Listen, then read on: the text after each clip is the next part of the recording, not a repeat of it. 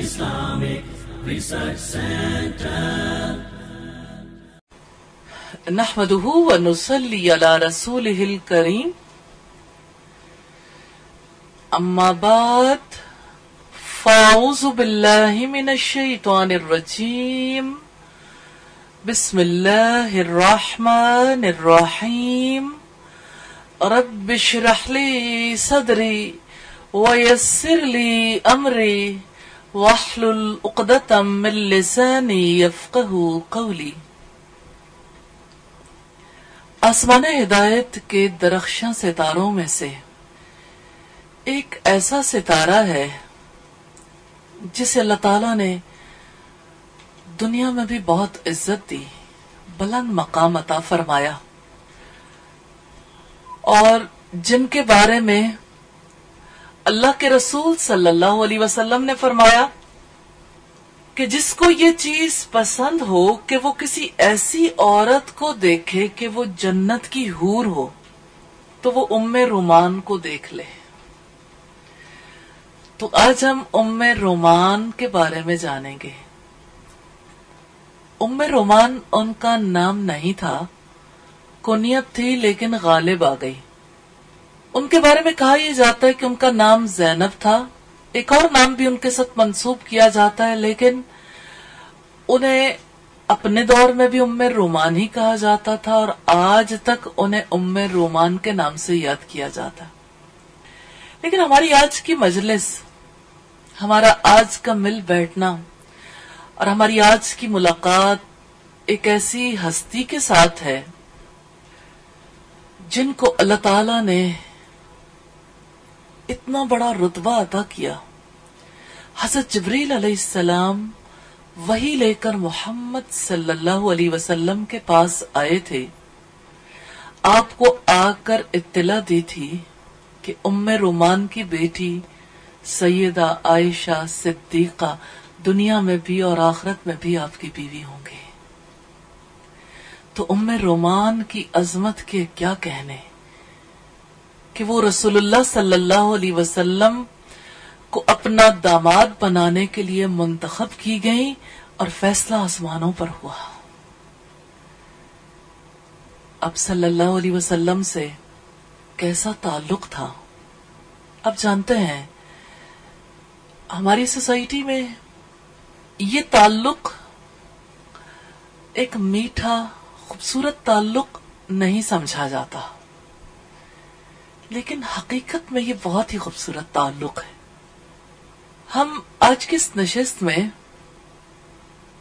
اللہ تعالیٰ سے دعا کرتے ہیں کہ اس تعلق کے بارے میں جو مسکنسیپشنز ہیں ذہنوں کے اندر، اللہ تعالیٰ انہیں بھی دور فرما دیں. ہم اس رشتے کی سچائی کو بھی سمجھیں اور اس رشتے کو نبھانے کے لیے اسی طرح سے اپنی جانب سے کردار ادا کریں جیسے ہمارے اسلاف نے ادا کیا تھا. تو آج ایک عظیم ساز کے بارے میں ہم پڑھیں گے جو سرور عالم محمد صلی اللہ علیہ وسلم کی ساز تھی، ام رومان، جن کا نام زینب تھا. سیدنا ابو بکر صدیق کے عقد میں کیسے آئیں؟ پہلے کسی اور جگہ پہ ان کا رشتہ طے ہوا، تب یہ مکہ کی باشندگان میں شامل نہیں تھی. سیدنا ابو بکر صدیق کے ساتھ پہلا رشتہ یہ تھا کہ وہ ان کے خاندان کے کفیل تھے.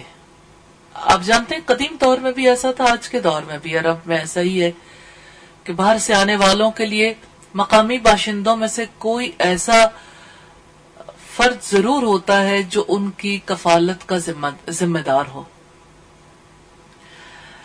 سیدنا ابو بکر صدیق کو اللہ تعالیٰ نے یہ اعزاز بخشا کہ اس گھرانے کی کفالت کر سکیں. ہمارے معاشرے میں جو کفیل کا کانسیپٹ ہے کہ کفیل ذمہ دار ہوتا ہے مالی اعتبار سے بھی، عربوں کے یہاں یہ کانسیپٹ نہیں ہے، لیکن وہ ان کے باقی معاملات کا ذمہ دار ضرور ہوتا ہے. یعنی جیسے سربراہ یا ذمہ دار کہہ لیں، ان کے باقی معاملات کا ذمہ دار. تو یہ کفالت کا سلسلہ عربوں میں کیوں ہے یہ تو معلوم نہیں ہے کہ وہ سب سے پہلی کیا ریزن تھی جس کی وجہ سے وہاں پر یہ سلسلہ ہوا، لیکن ہے بہت قدیم سلسلہ. اور سیدہ ام رومان کے بارے میں ہمیں یہ ملتا ہے کہ ان کے والد کا نام عامر بن اویمر تھا. زمانہ جاہلیت میں ان کی شادی حارث بن سنجرہ ازدی کے ساتھ ہوئی، جن کا اپنی قوم میں بڑا بلند مقام اور مرتبہ تھا. ام رومان کے یہاں انہی سے ایک بیٹا بھی ہوا جن کا نام طفیل بن حارث تھا. یہ خاندان جزیرت العرب کے سادات نامی مقام پر قیام پذیر تھا. پھر حارث اپنے اہل خاندان کو لے کر روانہ ہوا اور مکہ معظمہ میں رہائش اختیار کر لی، اور اس دور کے قانون کے مطابق مقامی زعماء میں سے اس خاندان نے حضرت ابوبکر صدیق کو اپنا حلیف بنایا. یہ واقعہ نبی صلی اللہ علیہ وسلم کی بعثت سے پہلے کا تھا. ایک طویل عرصہ گزر گیا. ام رومان اپنے رفیق سفر کے ساتھ ہی زندگی کے دن بتا رہی تھی کہ اللہ تعالیٰ کی طرف سے ان کے شوہر کا بلاوا آ گیا. اور عربوں کے یہاں یہ رواج ہے، آج بھی کل بھی تھا، کہ بیوہ کی شادی میں بہت جلدی کی جاتی ہے تاکہ اسے رفاقت میسر آئے، خاندان کی ذمہ داریاں بھی کم ہوں، اور اس طرح سے بیوہ کے لیے بھی آئندہ زندگی کے بارے میں کوئی پریشانی نہ رہے. یہ طرز عمل کیوں اختیار کیا جاتا؟ مرنے والے کی عزت و تکریم کے لیے، کہ اس کے پیچھے اہل خاندان اکیلے نہیں ہیں. اسی معاشرتی رواج کو پیش نظر رکھتے ہوئے سیدنا ابو بکر صدیق نے ام رومان سے شادی کر لی. یوں سنجرہ ازدی کے بعد سیدہ ام رومان حضرت ابو بکر صدیق کے حوالے عقد میں آئی. سیدہ ام رومان کی حضرت ابو بکر صدیق سے 2 بچے پیدا ہوئے، عبد الرحمن اور سیدہ عائشہ صدیقہ رضی اللہ تعالی عنہا، جنہیں ام المومنین ہونے کا شرف حاصل ہوا. ام رومان اپنے بیٹے طفیل بن حارث کے ساتھ حضرت ابوبکر صدیق کے گھر میں بہت سکون کی زندگی بسر کر رہی تھی. اور عربوں کا یہ دستور کتنا قابل اتباع ہے. اچھی چیزوں کو جہاں سے بھی دیکھیں لے لینا چاہیے کہ وہ لوگ اپنی بیوی کی پہلی اولاد کی بھی ذمہ داریاں قبول کیا کرتے تھے. اور طفیل بن حارث کو بھی حضرت ابوبکر صدیق کے گھر اچھا مقام ملا، اور ان کی والدہ کے لیے بھی یہ بات باعث سکون تھی. حضرت ابوبکر صدیق کو اللہ تعالیٰ نے وافر مال عطا کیا تھا، اس اعتبار سے سیدہ ام رومان کے لیے کسی قسم کی کوئی مشقت نہیں تھی. اسی دور میں سیدہ ام رومان کے لیے اللہ تعالیٰ نے اسلام قبول کرنے کا راستہ ہموار کر دیا. ایک دن سیدنا ابو بکر صدیق گھر پر تشریف لائے اور انہوں نے سیدہ ام رومان کو بتایا کہ میں نے اسلام قبول کر لیا، اور اب دعوت و ارشاد کے میدان میں محمد صلی اللہ علیہ وسلم کا ساتھ دینا، ان کے لیے انتظامات کرنا، ان کی باقی معاملات کی نگہبانی کرنا، یہ میری ذمہ داری. اور خوش نصیب ہیں، سعادت مند ہیں وہ لوگ جو اپنے قریبی حلقے کو سب سے پہلے دعوت دیتے ہیں. ہاں، یہ رب العزت کا حکم ہے، سورۃ تحریم میں ہے، یا ایھا الذین آمنوا قوا انفسکم واہلیکم نارا، اے ایمان والو اپنے آپ کو اور اپنے گھر والوں کو آگ سے بچا لو. کتنے ہی لوگ ہیں جنہوں نے زمانے میں بہت کوشش کی. حضرت نوح علیہ السلام نے کوشش کی، ساری کوششیں نہ بیٹے پہ کام آئی نہ بیوی پہ کام آئی، حتیٰ کہ جس وقت حضرت نوح علیہ السلام سب کو اس کشتی میں بیٹھنے کی دعوت دے رہے تھے جس کے بعد کسی نے زندہ نہیں بچنا تھا، تو اپنے بیٹے سے کہا کہ آؤ کشتی پر سوار ہو جاؤ، تو اس بیٹے نے کہا کہ میں سوار نہیں ہونا چاہتا. تو حضرت نوح نے اس وقت بھی انتہائی درد دل سے کہا لا عاصم الیوم، آج کے دن کوئی بچانے والا نہیں. تو بیٹے نے کہا کہ میں پہاڑ پر چڑھ جاؤں گا. پھر ایک لہر آئی اور بیٹا اس لہر کی سپرد ہو گیا، کیونکہ اس نے اپنی زندگی کو اللہ کے سپرد نہیں کیا تھا. حضرت نوح کے دل میں جو تکلیف تھی، جو دکھ تھا اپنے بیٹے کے لیے، اس کا اظہار اپنے رب کے سامنے کیا. تو رب العزت نے جواب دیا. حضرت نوح نے یہ کہا تھا کہ وہ تو میرے گھر والوں میں سے تھا اور آپ کا وعدہ تھا کہ آپ میرے گھر والوں کو بچائیں گے. تو اللہ رب العزت نے فرمایا کہ وہ تیرے گھر والوں میں سے نہیں، وہ تو ایک بگڑا ہوا کام تھا. یہ رب کے فیصلے ہیں. جو مشقت اٹھاتا ہے اللہ تعالیٰ کے لیے، اپنے قریبی حلقے کو دعوت دیتا ہے اور قریبی حلقے میں کوئی تبدیلی نہیں آتی، اس کا اجر سخت ہے. اور دیکھ لیجئے، ہم انبیاء کی زندگی میں دیکھتے ہیں، جیسے سیدنا ابراہیم علیہ السلام کو ہم دیکھتے ہیں کہ انہوں نے اپنے والد کو دعوت دی.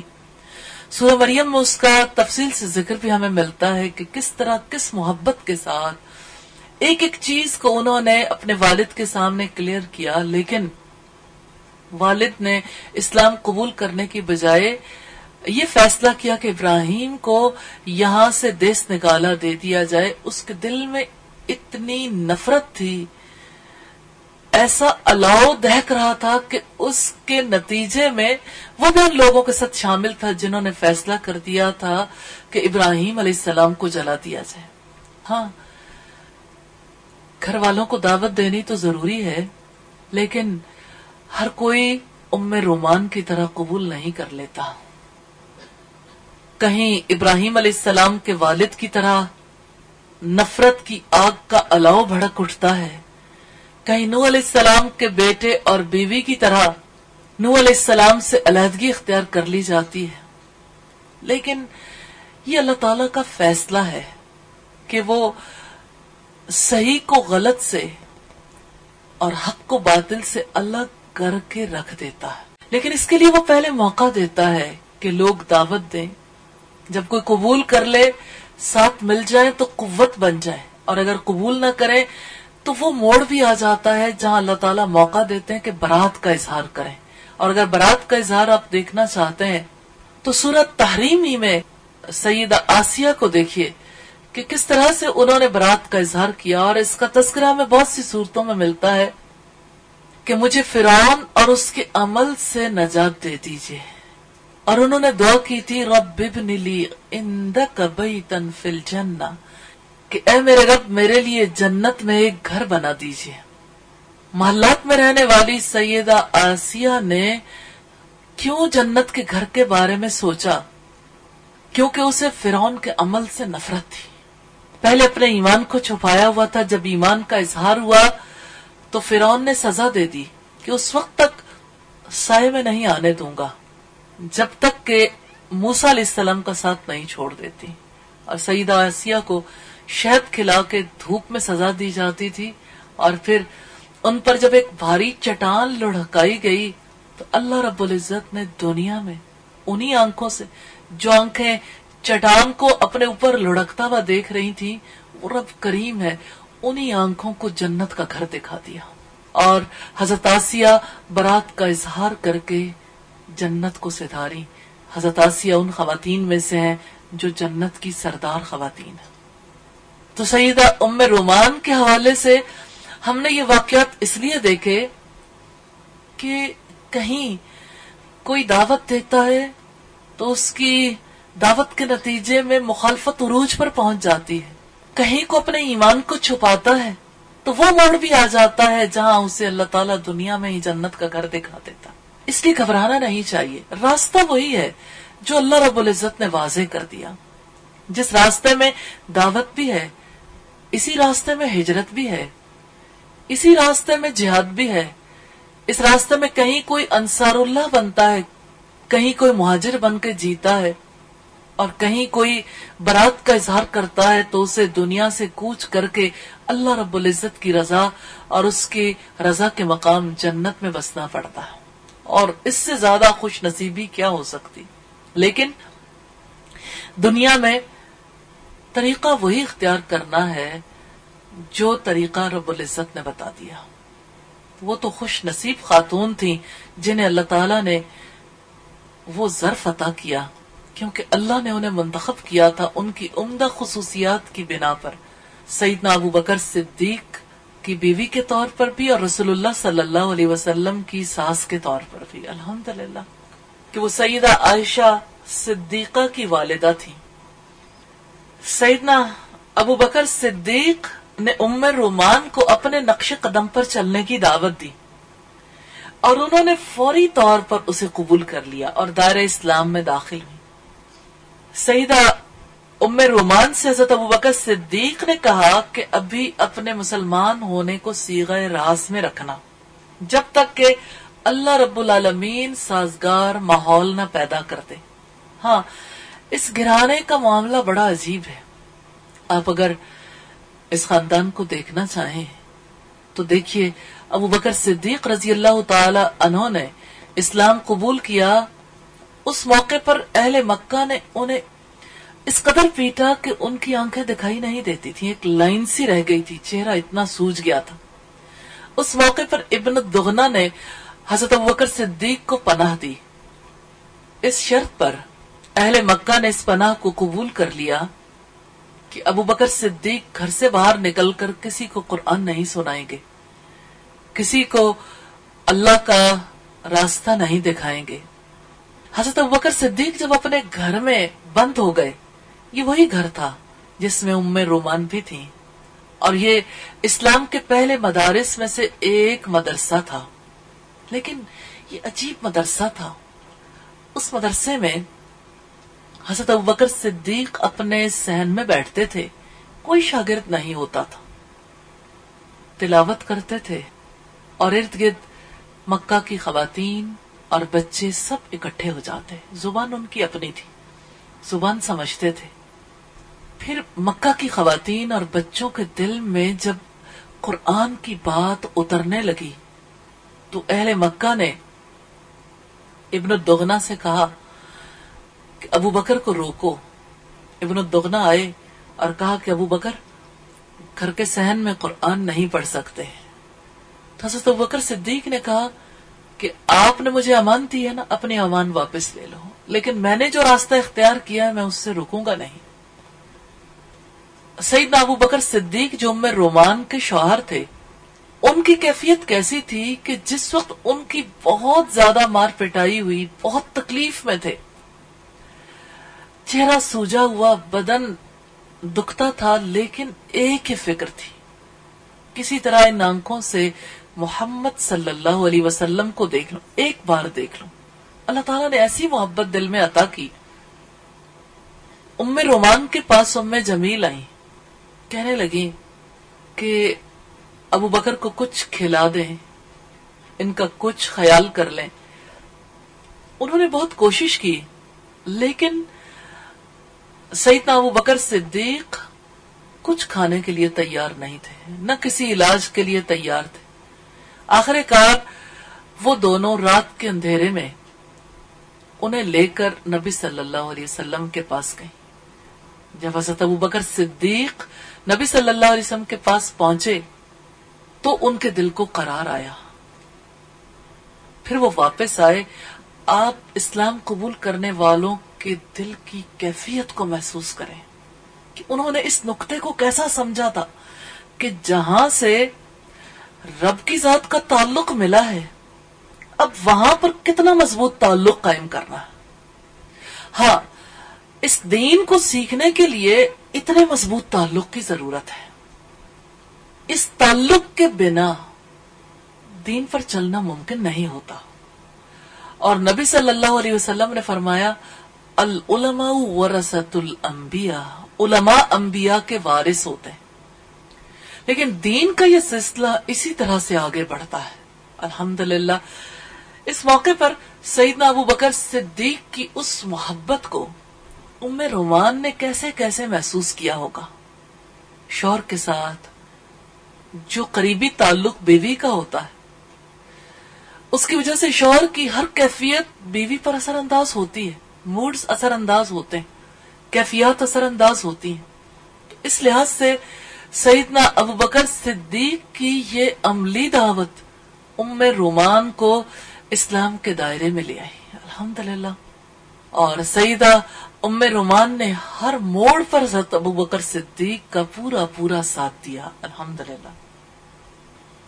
پھر آپ دیکھیے کہ وہ گھرانہ کتنا خوش نصیب تھا۔ اس گھرانے میں ننھی عائشہ تھی، عبد الرحمن تھے رضی اللہ تعالیٰ عنہ، اس گھرانے میں ام رومان اور حضرت ابوبکر صدیق تھے۔ وہ کیسا خوش نصیب گھرانہ تھا جہاں رسول اللہ صلی اللہ علیہ وسلم ہر روز آیا کرتے تھے۔ پھر آپس میں جو بات چیت ہوتی تھی، کتنے معاملات ڈسکس ہوتے ہوں گے، کیسے ان کی تربیت ہوتی ہوگی۔